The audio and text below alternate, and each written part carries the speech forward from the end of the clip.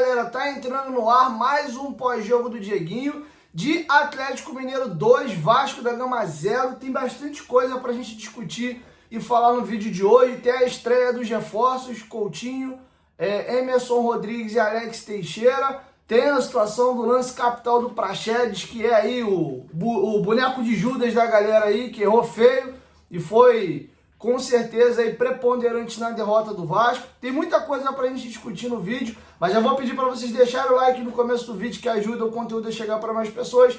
E quem estiver chegando pela primeira vez aqui, se inscreve no canal. Nós gravamos de 2 a 3 vídeos por dia e você fica bem informado, tá? Para vascaínos e atleticanos, a Golcase é parceira aqui do nosso canal e eles têm uma linha exclusiva dos principais clubes brasileiros, tá? Inclusive você, atleticano, que tá passando aqui no vídeo, você pode comprar produtos assim como esse do Vascão do Galo também, tá? Use o cupom GOVASCO, vocês ganham aí um desconto no carrinho. Comprando 2 capinhas de celular, vocês levam 4 e dependendo do tamanho do seu pedido, você ganha frete grátis, tá? Esses copos custavam R$160, então a partir de R$ 79,90. Dá uma olhadinha lá, tem muita coisa legal. Galera que gosta de malhar também, ó, tem garrafa térmica, tem muita coisa legal. Esses copos térmicos, a bebida fica gelada por 4 horas. A galera gosta de ver o jogo bebendo alguma coisa, então o copo térmico é excelente. Tem várias capinhas de celular, você quer camisa 1, camisa 2 do Vascão, tem muitas estampas, dá uma olhadinha no site da Golcase, tá bom? Golcase, parceira do canal Futebolaço, o QR Code está passando na tela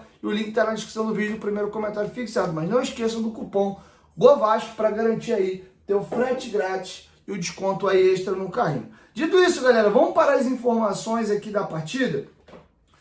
Falando sobre a primeira etapa, até os 22 minutos de jogo, parecia até, tirando a parte técnica, mas a parte física, cara, o nível que foi disputado entre Vasco e Atlético Mineiro fisicamente em termos de intensidade, parecia um jogo de Premier League, cara, com muitos erros técnicos, né? Os clubes ingleses têm mais qualidade que os clubes brasileiros, mas em termos de entrega, dividida, o jogo estava muito pegado. A pressão pós-perda, normalmente isso dura uns 10 minutinhos, mas não. Foram 22 minutos que ambas as equipes não conseguiam criar muito no terço final. Trabalhava alguma coisa, inclusive nos primeiros 5, 6 minutos o Vasco tinha mais a bola do que o Atlético, depois isso vira, mas nenhum dos dois conseguia levar perigo para o gol adversário e era um tremendo perde-ganha, né? No terço final ali, tanto atleticanos como cruzmaltinos erravam ali o passe e a bola voltava para o adversário, mas muito em função da forma de como as equipes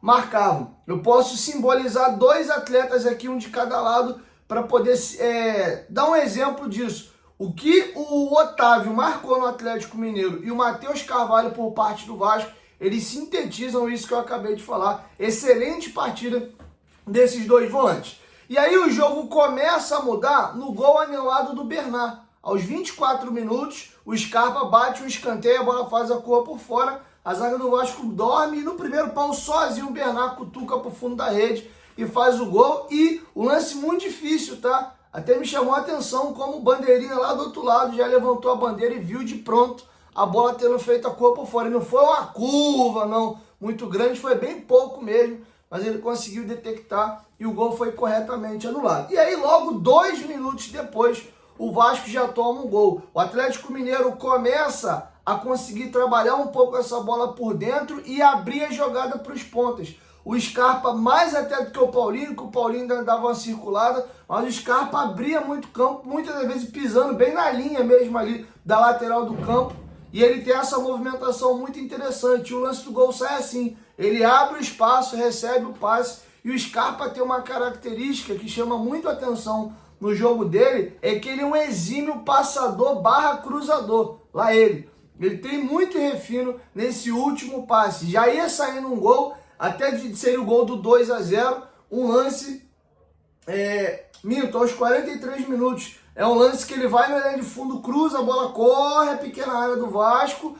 Aí tem o PH salva em cima da linha, a bola bate no jogador do Galo, vem no PH e tira, e o Paulinho vem batendo de fora da área, a bola passa rente a trave ali. Então ele tem muito essa qualidade no terço final, ele faz o cruzamento, o Maicon briga com o Paulinho, a bola passa, ali quem teria que estar pelo lado direito seria o Paulo Henrique, o Vasco estava todo mal posicionado, foi uma jogada de contra-ataque, e aí o Hulk sozinho faz o gol 1-0.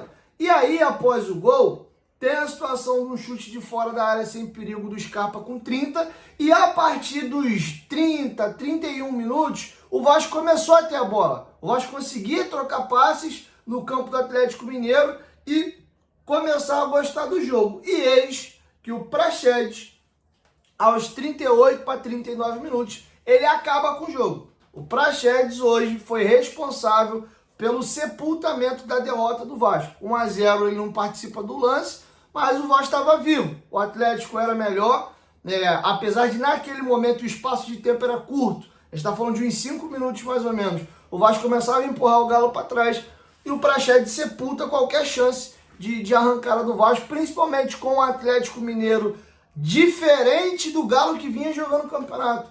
O Galo, além de estar com poucos desfalques para a partida de hoje, está acrescido dos seus reforços. O Bernat está jogando, o Lianco jogou hoje também na segunda etapa. Os jogadores que estavam na Copa América, mais os lesionados, retornaram. O Atlético Mineiro tem time para disputar o título. Acho que está tardio já. O Galo está muito longe do Botafogo, que é o líder do campeonato. Mas o Atlético Mineiro é time ali para ficar no mínimo no G5 do Campeonato Brasileiro. Na minha opinião, no papel, é até ali G3. É um dos 3 melhores elencos do país. E hoje, a derrota, apesar de a gente nunca gostar de perder, é um resultado super comum, tá? Super comum e até, de certa forma, num dia normal esperado. Principalmente esse Atlético completinho. O quarteto do terço final do Atlético era piada. Bernat, Scarpa, Paulinho e Hulk. Isso aqui, se não for o melhor, é um dos melhores quadrados do futebol brasileiro. É muita qualidade nesse terço final aqui. E o Otávio fazendo uma partidaça também ali como primeiro volante. Então é muita qualidade do meio para frente no time do Galo, que vai se acertando agora com os jogadores retornando na mão do Milito, tá? E ali o Praxedes acaba, cara. É um lateral, um lance bobo, ele domina displicente, como o Praxedes tem por característica de ser esse jogador que acende e apaga. Jogou muita bola contra o Atlético Goianiense até ser substituído. Era o melhor jogador do Vasco em campo. Contra o Corinthians fez um bom primeiro tempo, caiu no segundo tempo. Entrou bem demais contra o Internacional. Ele e o Eric Marcos fizeram o time ter um salto de qualidade. E foi o jogo que proporcionou o Praxedes ganhar a vaga de titular logo na sequência. E hoje não, cara. Vamos analisar cada dia. Eu sei que tem uma galera que odeia o Praxedes. Nesse momento estavam soltando o rojão e foguete. Hoje ele foi o pior jogador do Vasco em campo e responsável direto pela derrota. Mas ele vinha de 3 jogos bons. O último jogo, inclusive, repito, até a substituição, ele era, na minha opinião, o melhor jogador do Vasco em campo. E hoje errou feio. E aí, cara, eu tenho que voltar para falar de um outro jogador, porque é inacreditável a má vontade que alguns, ou boa parte dos torcedores do Vasco, tem com alguns atletas. O Léo tá rotulado e ponto. O Praxedes faz a cagada. O Hulk é um cara com muita força e velocidade, mesmo com seus 36, 37 anos de idade. Ele põe a bola na frente, mesmo bem atrás do Hulk. O Léo consegue encurtar, ele chega, ele dá o carrinho, ele consegue atrapalhar o Hulk. E o Léo Jardim, que sai mole pra jogada, parecia um moleque de 10 anos. O Léo Jardim é atropelado pelo Hulk. O que o Léo podia fazer, ele fez. Ele não desistiu da jogada, ele veio correndo e ele conseguiu chegar junto com o Hulk. Só você pegar o início da jogada, dar um pause, ver aonde o Hulk recebe a bola, aonde o Léo tá, aonde o Léo consegue chegar. E o Léo faz o correto. O Léo abre um pouco pro lado esquerdo do Hulk para dar o carrinho de lado. Porque se o Léo dá o carrinho por trás do Hulk aqui, ele não acerta a bola, é vermelho direto.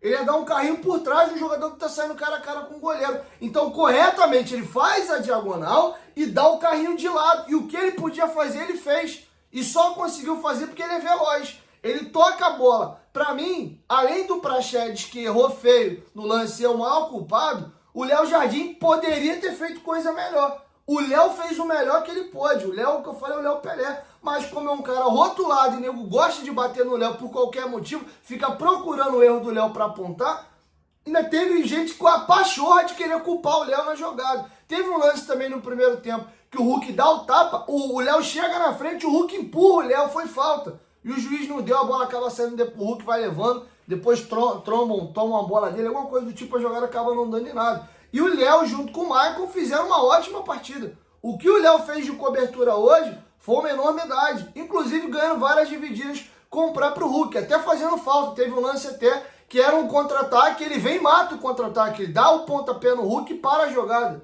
Mas vi algumas pessoas, falando até do grupo mesmo aqui, de membro do canal, eu querendo arrumar um motivo para poder marretar o Léo. É absurdo assim, a má vontade que algumas pessoas têm com alguns jogadores. E sim, o Praxedes foi responsável direto pela derrota do Vasco. Cada dia sua sentença. Eu sou assim. Jogou bem, eu elogio, mesmo não gostando. Jogou mal, eu critico. Eu não sou um admirador do Sforza, não gosto. O Sforza, quando foi bem contra o Corinthians, eu elogiei. Então não tem essa questão de favorito, preterido, e aí pros que eu gosto eu elogio, pros que eu não gosto é só pau. Como eu vejo que muitos torcedores fazem. Até pegando o próprio exemplo do Praxedes, eu sabia que isso ia acontecer. Tem muita gente que, o termo é esse, odeia o Praxedes. Então quando o Praxedes joga bem, nego finge que não vê. Não, não fala não.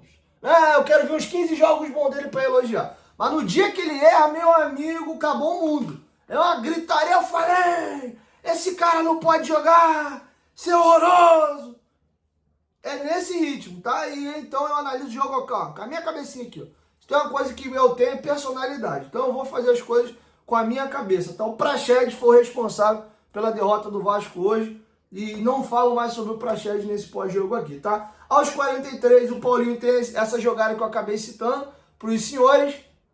E acaba ali o primeiro tempo. E foi bom acabar logo aquele primeiro tempo, porque o Vasco toma ali o 2-0, apesar do Atlético não ter esboçado ali mais uma pressão para fechar a partida num 3-0, era bom voltar para o intervalo para se fazer as substituições.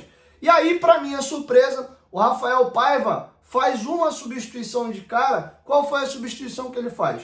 Ele saca o Praxedes corretamente, ele tinha que fazer isso, e aí a primeira opção dele é botar o Emerson Rodrigues. E aí o Vasco fica com 4 atacantes de origem em campo. Não jogou num 4-2-4, o David, né, o nosso DVD, foi jogar de camisa 10. Ele foi fazer a função do Praxedes atrás ali do Verratti. E sobre o Verratti, sobre o DVD, cabe aqui também alguns comentários.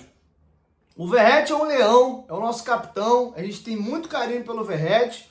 Gosto demais do nosso centroavante, candidato a ídolo do Vasco, inclusive, tá? Mas o Verratti vem me irritando, já não é de hoje, com um quesito.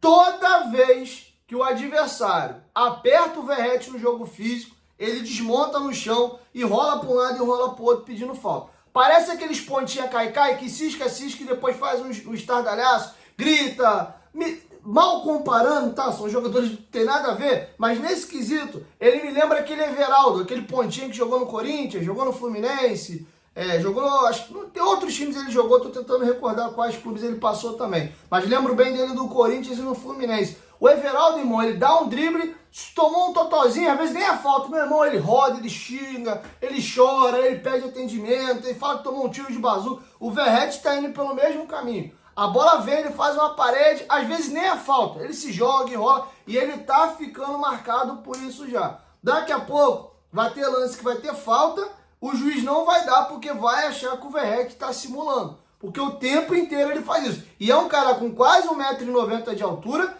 com força. Você vê como ele ganha duelos aéreos. Mas o que ele é um leão para ganhar no alto, ele tem sido um gatinho muitas das vezes para sustentar essa bola e fazer a parede no chão. Coisa que o David faz com maestria. O David tem muito erro técnico, inclusive hoje errou demais, mas a parede, o pivô que o David faz beira a perfeição. Ele domina a bola, joga o corpo, meu irmão, o cara não entra. Bate na massa dele, volta, ele segura, gira em cima do cara ou volta a jogar lá para trás. Ele faz muito bem esse pivô e isso está me incomodando um pouco. E aí, quando eu falo de Verratti, tem que falar um pouquinho de Piton. O Piton hoje, defensivamente, fez um jogo ok, mas ofensivamente estava com o pé completamente descalibrado. O Piton errou quase todos os cruzamentos e o Piton tem que entender, e aí eu posso começar a falar um pouquinho do Felipe Coutinho, que agora ele vai passar a ter, jogo após jogo, conforme o Coutinho vai melhorando fisicamente, ele vai ter um companheirinho ao lado dele que pensa, que inclusive tem essa bola para dominar e pifar algum jogador que saiba fazer diagonal, ou o próprio Piton, dá no Coutinho, ataca o espaço, o Coutinho devolve, ou o Coutinho balançar e queimar no gol. O Coutinho me chamou a atenção numa situação que ele fez muito hoje no decorrer do jogo, que ele domina a bola e balança o corpo para um lado para o outro. E o jogador não sabe se ele vai cortar para dentro e bater, ou se ele vai balançar e vai vir para a esquerda e vai abrir o passe. Inclusive teve uma jogada que ele foi para um lado, girou para o outro, o cara ficou tonto, ele girou, aí falta um pouquinho de explosão, ele abre para chutar, o volante se recupera e dá o carrinho e trava o chute dele. Mas o Piton ainda tá um pouco viciado nesse cruzamento aí pro Verratti. E fica aquele jogo previsível. A zaga do Atlético Mineiro hoje impecável no jogo aéreo e o Piton cruzando mal. O PH idem. Bem assim que o Coutinho entra, tem uma jogada que o Vasco vem tocando bola, o Paulo Henrique passa, o Coutinho corre para a direita, dá uma opção de passe. Em vez dele rolar a bola pro Coutinho, dominar a bola e ficar de frente pro gol, ele tenta cruzar a bola de qualquer jeito para dentro da área, cruza torto, a zaga do Galo corre. Então, os nossos laterais ou pontas, eles agora não precisam mais ficar olhando só pro Verratti dentro da área. Olha o Coutinho também, porque o Coutinho, além de pifar algum companheiro na cara do gol, ele tem a capacidade de finalizar da entrada da área, tá? Até já aproveitando que eu citei o Coutinho por duas jogadas diferentes, uma com o Piton, outra com o PH, mais do que esperado a partida dele hoje, ele vinha de férias, até me surpreendeu ele ser relacionado, eu achei que ele nem ia viajar.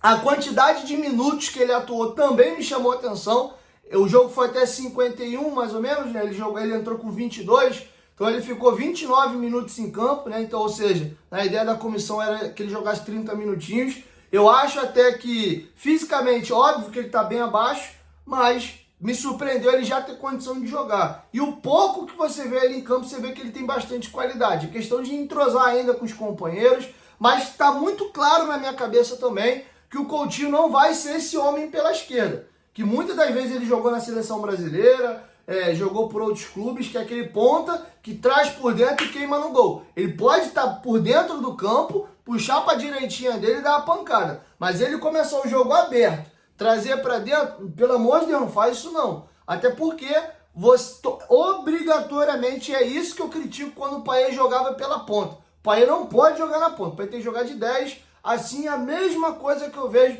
com o Coutinho. Porque quando se perde a bola, vai ter que voltar para correr. E o Coutinho não vai voltar. Se ele voltar, os caras vão comer ele com farofa e vai desgastar ele fazer essa batida para ele subir de novo pro ataque. Então, pelo amor de Deus, deixa o Couto jogar por dentro. E é aí onde eu começo a ter dificuldade de ver o Coutinho e o Payet jogando junto. Porque eu acho que ambos, pro momento de carreira e pra questão física de ambos, os dois têm que jogar como 10, atrás do Verratti. Não vejo nenhum e nem o outro jogando pela ponta. Pô, Diego, por que não joga num 4-4-2 então? Dois volantes posicionados, o Coutinho que gosta de puxar da esquerda para dentro, ele joga com ponta esquerda, com o meia esquerda, o Payet com o meia direita. Cara, você quase não vê mais time jogando nesse 4-4-2. Eu acho bem difícil, tá? Dá para se tentar fazer essa formação aí contra Atlético Goianiense, Criciúma, Juventude, Vitória, mas jogos como o de hoje, você viu a intensidade absurda que foi o jogo hoje com o Atlético Mineiro? Acho difícil a gente conseguir competir com o Payet e Coutinho em campo. Mas cada dia é só sentença, vamos esperar o tempo para ver. Se eles mostrarem que dá para jogar, eu mudo de opinião sem problema algum, tá? Então estou bem tranquilo. Que se é uma coisa que eu não sou, é ter uma verdade absoluta e morrer com ela até o final. E até falando de questão de intensidade, de entender que o futebol hoje, primeiro ele é físico e depois vem a qualidade técnica, o jogador que faz isso com louvor chama-se Matheus Carvalho, que na minha opinião, de novo, foi o melhor jogador do Vasco em campo. A quantidade de bola que esse moleque divide e ganha, a quantidade de vezes que o Vasco perde a bola, ele volta correndo para trás e se recupera não, né? Recupera o Vasco na jogada. Porque às vezes não é ele que perde a bola e ele volta para corrigir o erro, não. É alguém que deu um mole. Hoje aconteceu muito. A bola vinha, o David ia dominar e adiantava a bola. A bola vinha, o Adson ia dominar e adiantava a bola. Aconteceu demais isso no jogo e possibilitando essa troca de bola com o time do Atlético Mineiro por erros de domínio na partida. Jogou muito bem, cara. E o Hugo Moura, bem demais também. Além de estar marcando em cima, ele tem feito algumas vezes pegar essa bola e arrastar, fazer o time jogar de trás. Infelizmente não tem conseguido achar um companheiro bem colocado para ele, arrastou, toma. Fiz o meu, volto para minha casinha aqui. Às vezes ele arrasta e quando vai ver tem só o Verratti lá na frente. Aí ele segura até sofrer uma falta, arruma um lateral, ou às vezes até perde a bola, tá? Mas bem demais, cara. A dupla de volantes do Vasco hoje, com Hugo Moura e Matheus Carvalho, tá impecável. Principalmente no quesito defensivo. E um detalhe, o Souza, que tem carreira, tem nome, o Souza, para tomar a vaga do Hugo Moura hoje, vai ter que capinar sentado. E é ótimo o Hugo Moura estar nessa condição, porque o Souza vai poder ser trabalhado fisicamente com calma. E aí, no momento, mais pra frente, quando ele estiver melhor, ele entra no time, quem sabe até sendo esse jogador no segundo tempo para fazer 30 minutos, 45. Num dia que o Hugo tá suspenso, o Souza jogar, ele não chega como a salvação da lavoura. Tem alguém fazendo papel. E olha como é legal a gente ver a mudança de um jogador. E é isso que eu falo, que às vezes a torcida do Vasco ela é meio covarde, é meio carrasca com alguns atletas. Para muita gente, o Hugo Moura não deveria vestir mais a camisa do Vasco. O Hugo Moura fez a mesma coisa que o Praxedes fez hoje. A mesma coisa. Ele bota uma bola para trás e aí o jogador do Atlético Paranaense arrasta, ele é obrigado a puxar o cara, é expulso com, sei lá, 10, 15 minutos e o Vasco perde de 1-0 aquele jogo no milagre, né? Que foi amassado pelo Furacão, era jogo para muito mais. E ele faz a mesma coisa. Um passe que ele vai recuar, dá no pé do adversário para sair cara a cara com o goleiro. Muita gente não queria mais ver ele pintado de ouro. E do jogo do São Paulo para cá, o Hugo Moura se recuperou dentro do Vasco ao ponto de, na minha opinião, hoje ser incontestavelmente o melhor primeiro volante do Vasco. Então, eu aproveito aqui para falar a mesma coisa para o Praxedes, para falar a mesma coisa para o Léo, que muita gente falava que o Léo não poderia mais vestir a camisa do Vasco. E o Léo vem fazendo boas partidas. O próprio Maicon, inclusive, muita gente vinha criticando que o Maicon não poderia mais jogar. E o Maicon vem fazendo boas partidas. A gente tem um elenco limitado. Eu tenho muita vontade que o Vasco, dentro em breve, seja vendido. Chegue um dono aqui com muito dinheiro e com tesão para ganhar título igual o John Textor. Que chega aqui, me traga 2 super zagueiros que eu tenha como opção no banco o Léo e o Maicon. Aí é sinal de que eu começo a ter um elenco numa prateleira superior. Mas enquanto eu não tenho mais 2 excelentes zagueiros, para eu ter o Maicon e o Léo como 2 ótimas opções de banco, eles são nossos melhores zagueiros junto do João Vitor, que infelizmente teve uma lesão importante e está fora. Então vamos aprender a analisar jogo a jogo. Pô, o Verratti que a gente ama. Num dia que o Verratti for mal, critica. Pô, o Verratti pô, a gente gosta, mas quebrou a bola. Porra, o Payet é meu anjinho da guarda, é Deus no céu e o Payet na terra. O Payet foi mal, critica. No dia que ele for bem, aproveita que tu já gosta, joga na lua, fala que é o melhor francês de todos os tempos, que o Zidane não amarra a chuteira dele. Mas vamos viver um dia de cada vez. Eu tenho as minhas opiniões, eu tenho as minhas convicções sobre todos os jogadores do elenco do Vasco, mas eu não deixo a minha opinião pessoal a respeito do atleta A, B, C ou D passar por cima da partida do dia. Eu posso até gostar ou não gostar do atleta. Um jogador que eu defendi várias vezes achando que era melhor para o Vasco, tendo como titular, em detrimento do esforço que vem jogando de primeiro volante, é o Zé Gabriel. E o Zé Gabriel hoje fez mais uma partida pavorosa. O Zé Gabriel entrou com 40 minutos do segundo tempo. E com 1 minuto em campo, ele já ia dando um gol para o Atlético Mineiro também. Ele é um passe bobo. E o Paulo Henrique, que é assim como o Matheus Carvalho, tem uma recuperação absurda. O pobre do PH vem correndo igual um desgraçado e consegue roubar a bola do jogador do Atlético. Que, de novo, um jogador do Vasco é dando de presente um gol para o time adversário. A diferença é que o erro do Praxedes e do Hugo lá na Arena da Baixada, eles deram a bola para o cara sair cara a cara com o goleiro. Hoje, o Zé Gabriel é um passe idiota e o jogador do Galo ia correndo na direção do gol e tinha ainda condição de alguém voltar para fazer uma cobertura. Então, o Zé Gabriel, que eu já defendi em outros momentos, hoje, apesar de ter atuado 11 minutos, foi mal. Foi muito mal no pouco tempo que ele teve em campo. E é assim que a gente tem que levar. Nós temos um elenco limitado e um elenco aí de operários da bola. Então a gente tem que saber conviver. Vão jogar bem algum dia, vão jogar mal outro jogo. E não dá para soltar a mão dessa galera, porque não tem muito dinheiro para contratar e é essa galera que vai com a gente aí até o final do ano. Quantas pessoas não achavam que o Cocão não podia vestir a camisa do Vasco? E o moleque tá jogando um absurdo.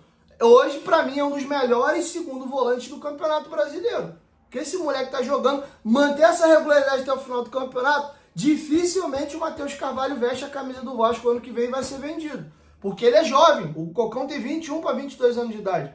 Então, assim, jogador inclusive perfil europeu. Intensidade, o jogo todo, canhoto, sabe jogar com a bola no pé também. É outro que tá fazendo bem a parede, a bola vem, o cara vai tomar, ele faz a base aqui, vai pro corpo, sustenta, devolve o passe, tá muito bem, cara. Grata surpresa. É bom a gente queimar a língua, porque quando o Matheus Carvalho foi contratado, eu achei que era um jogador que o Vasco não era o que o Vasco precisava naquele momento, que estava afundado na zona de rebaixamento. Quando o Hugo Moura foi contratado, eu era contra a contratação, até pelo valor pago. O David, eu fui super contra a contratação. E hoje eu falo bem dos três. Vamos ser assim. Vamos ser assim, a gente precisa ter verdade absoluta e nem ser dono da razão, não. Então acho que isso acontece muito com o torcedor do Vasco. E aí, caminhando para a reta final aqui, falando já mais do segundo tempo, queria falar também das estreias do Emerson Rodrigues, e do Alex Teixeira. O Emerson Rodrigues, visivelmente deu para ver que é um jogador bem limitado, tá? Vou usar um jargão popular aqui, tá? Não levem ao pé da letra o que eu vou falar, pelo amor de Deus. O Emerson Rodrigues é aquele termo que a gente usa no futebol, aquele pontinha burro. Aquele cara que dá o tapa, vai na velocidade e seja o que Deus quiser. Tem um lance que o Coutinho faz um lançamento bonito para ele. A forma como ele finaliza é assim, deplorável. E caiu no pé bom, tá? A bola vai no pé direito dele, ele nem chuta e nem passa. A bola vem carambolando e vem aqui para lateral. E algumas vezes ele pegou a bola. Teve um lance, cara, que ele me irritou de um jeito. A bola vem do lado direito. O Vasco rouba uma bola, vai sair no contra-ataque e dá o passe nele. O Verratti está de cabeça baixa, o Verratti está correndo assim, pô, a jogada tá lá no meio do campo, vou achar minha posição aqui. O Verratti tá correndo de cabeça baixa, ele nem olha, cara, ele dá um tapa assim, ó, no vazio, o Verratti nem olha, o Verratti tá de costas, pensando para que lado que vai correr ainda. Aí ele tenta correr atrás da bola, da besteira que ele fez. Por outro lado, é um jogador que eu percebi que ele tem confiança nele mesmo. Várias vezes ele pega a bola e ele vai para dentro. Não é aquele cara teimoso que pega a bola, toca para trás. Pega a bola, toca para trás.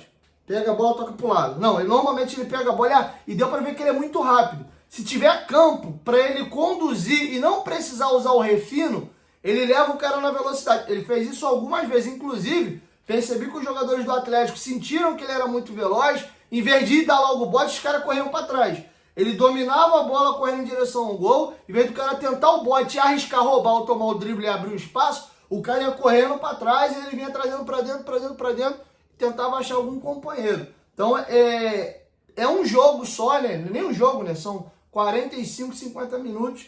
É cedo pra gente formar opinião. Mas deu pra ver que é aquele pontinha burro mesmo. É um cara que vai pra dentro, tenta jogar de velocidade, mas não é muito inteligente e não é muito refinado, não. Tem até alguns lances assim simples, cara. Um passe bobo assim, joga um pouquinho de cabeça baixa. O Alex Teixeira eu vi fino, com mobilidade, se mexendo. Confesso que eu fiquei até confuso, tentando entender em que posição que ele entrou. Tinha hora que ele parecia que ele era o 10, mas o Coutinho é quem estava ali. Tinha hora que ele caía na esquerda, parecia que ele era o ponto esquerda, mas não era o ponto esquerda ele, porque quem estava jogando por aquele lado ali, durante o David saiu pro Teixeira, não. Quem ficou do lado esquerdo ali, me deu um branco agora. Me deu um branco. Tinha hora que ele caía pro lado aqui, mas tinha um jogador jogando do lado de cá também. Então, às vezes parecia que era um 4-4-2, com ele e o... Oh, meu Deus do céu. Ele e o Coutinho fazendo a meia, mas assim, achei o Alex um pouquinho peladeiro, né? Girando muito assim no campo, mas vi que ele tá inteiro, tá fino, tá com força, tá conseguindo dividir. Precoce, né? Jogou 20 minutos só, não dá pra ter uma opinião assim formada a respeito do Alex, mas achei legal. Não vi um cara assim, ih, mano, tá certo? Não, pelo contrário. Vi ele inteiro, achei que a questão de ganhar ritmo pode ajudar bastante a gente. Só acho que o Vasco, na minha opinião, tá? Cada um tem a sua. Eu acho que o Vasco, até bem pouco tempo, era carente de 10 e agora o Vasco tá uma porrada. Pra mim, o Teixeira hoje joga de 10 ou de 9 na vaga do Verratti, sendo um atacante móvel. Não vejo o Teixeira jogando de ponta esquerda nem de ponta direita. O Coutinho, para mim, tem que jogar de 10. O Payet, para mim, tem que jogar de 10. O Praxedes, das opções que o Vasco tem, para mim, não é para ser primeiro nem segundo volante. Tem que jogar de 10. Também não vejo o Praxedes jogando na beirada. O Estrela é outro jogador, para mim, também que rende melhor jogando como camisa 10. O Vasco se entupiu de jogadores que, na minha opinião, rendem melhor nessa faixa do campo. É bom ter opção, mas eu acho que a gente está com opção demasiada para essa função e acaba ficando carente aí para outras. Até porque o Paiva joga num 4-2-3-1 com 2 pontas, 2 volantes, um ao lado do outro à frente da zaga e só com esse homem de ligação. Estou curioso para saber como o Paiva vai utilizar essas peças no transcorrer do campeonato. Segundo tempo, o Galo com 2-0, ciente de que o Vasco ia se arriscar para tentar diminuir o placar ou empatar. Propositalmente o Atlético Mineiro baixa as linhas e dá a bola pro Vasco. E aí você vê um Vasco que no primeiro tempo não conseguiu chutar uma bola no gol. Tem uma falta lateral que o Maio consegue dar um totó e o goleiro do Galo faz uma defesa com o peito. O PH de fora tem um chute perigoso que o goleiro Matheus do Galo acompanha a bola passa próxima do travessão. Com 16 tem um cruzamento do Piton que o Emerson cabeceia, a bola passa ali próximo ao pé da trave. Com 28 é o lance do lançamento do Coutinho, o Emerson chuta de forma patética, e com 34 tem um cruzamento do Piton, que o Verret cabeceia por cima sem muito perigo. O Vasco criou 1, 2, 3, 4, 5 oportunidades, é muito pouco para uma partida inteira, mas também não tinha criado nada no primeiro tempo. Segundo tempo, o Atlético chutou uma bola com 3 minutos, com o Fausto Vera sem perigo, e com 18 minutos o Scarpa, no lance que era um contra-ataque, o Bernard arrasta, abre no Scarpa, e o Maicon trave e o Galo ganha um escanteio. O Atlético também não conseguiu produzir, placar justo. Poderíamos estar falando de um outro jogo se vira o primeiro tempo 1-0, quem sabe até o Vasco empata, porque o Vasco ameaçava ali reagir na partida, mas o Praxedes sepultou uma reação do Vasco, e hoje, se a gente pode falar do melhor em campo, Matheus Carvalho, e o pior em campo, o melhor em campo, Matheus Carvalho, e o pior em campo, Praxedes, que foi responsável direto pela derrota do Vasco, tá bom? Então tá feito o nosso pós-jogo aí. Ferimentos leves, tá? O Vasco continua bem posicionado na tabela. É uma tabelinha planejada, né? Um resultado super normal, tá? E agora a gente vai ter que tentar algum pontinho, alguma coisa contra o Grêmio lá no Rio Grande do Sul. Aliás, deve ser em Chapecó, em Santa Catarina, no jogo. Se a gente quiser realmente olhar um pouco para a parte alta da tabela. Eu acho que a galera se empolgou com a sequência de 5 jogos sem perder. Vem a primeira derrota, mas a gente tem que entender que o Vasco ainda tem um elenco limitado, com alguns jogadores de nome que estão chegando mais veteranos.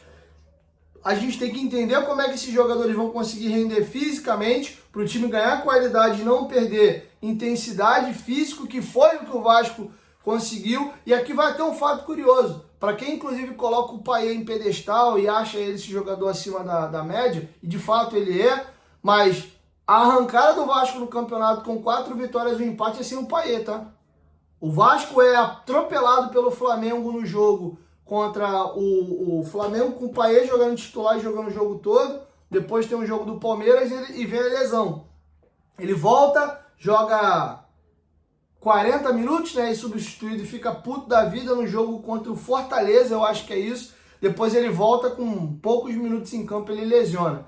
Então a arrancada do Vasco não tem nada a ver com o Payet. Então, por isso que eu falo que hoje é mais importante o físico e depois o técnico. Se esses jogadores conseguirem, isso vale para os dois, para o Coutinho e para o Payet, se eles conseguirem ter um mínimo de condição física, para aí sim a qualidade deles fazer diferença, perfeito. Tem que arrumar um espaço para os dois jogar.